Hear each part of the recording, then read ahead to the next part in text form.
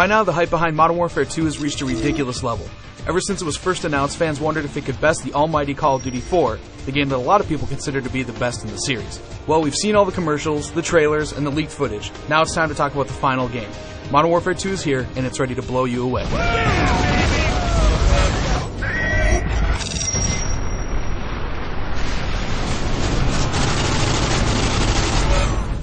Let's get one thing out of the way first. This game is gorgeous. The graphics are a substantial leap over Call of Duty 4, with even the multiplayer visuals trumping the single-player offering from last time around. The levels are filled with more detail and effects. Both single-player and multiplayer levels showcase a larger emphasis on height and terrain variation, and the open environments themselves are beautiful. Unfortunately, as slick as the graphics are, the game does have some presentation issues, especially when it comes down to single-player story. A lot of people may be disappointed to learn that it's short, and I mean really short. On regular difficulty, I was able to beat it in just under 5 hours, with an additional hardened playthrough taking about 6.5. As far as the campaign itself, I personally had a great time from start to finish, but the way the game tells its tale does have quite a few problems. There are a ton of awesome action scenes and classic moments, and with some obvious inspiration taken from classic action films, it feels like a highlight reel of frontline warfare. However, while there seems to be a new piece of technology or mission-exclusive gameplay element at every turn, it feels almost like Infinity Ward came up with a laundry list of cool stuff they wanted to add into the game, and then worried about the story to connect it. You'll get a lot of familiar faces, but it's definitely an over-the-top plot that'll have you checking your brain at the door, and you're going to have to extrapolate the story for yourself. Single player is still a blast, but it's not going to live up to the legacy that Call of Duty has created.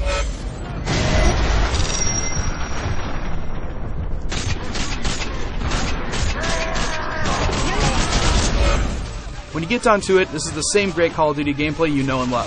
Thankfully, they've done away with a lot of the issues too, such as running into enemies that are infinitely respawning until you move forward, and those annoying where do I go moments that COD4 often had.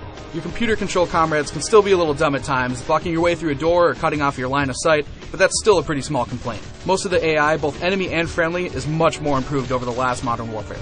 Single player may be short, but Spec Ops is an awesome mode.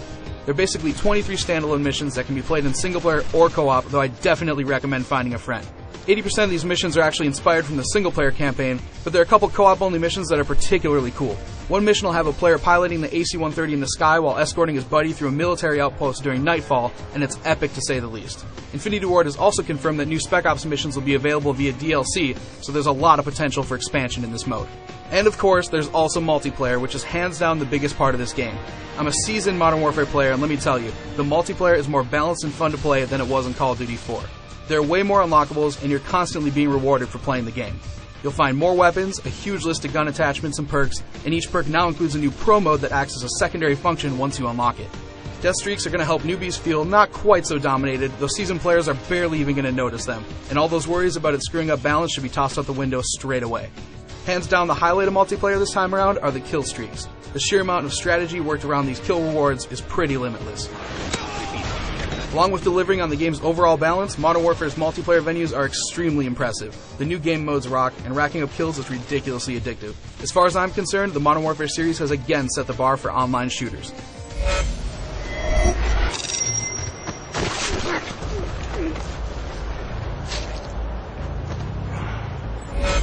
When you look at the total package, Call of Duty Modern Warfare 2 is an awesome experience all around. Multiplayer is a serious improvement over the already impressive COD4 design, Spec Ops allows for some great co-op action, and the single-player campaign is filled with some very entertaining scenarios, despite the fact that more work needs to be done on storytelling and developing the franchise's cast. If you're grabbing Modern Warfare 2 as a single-player package only, you've been forewarned. For everyone else, Infinity Ward's latest epic is a must-own offering. To see more on Modern Warfare 2 and to check out my full written review, head on over to IGN.com.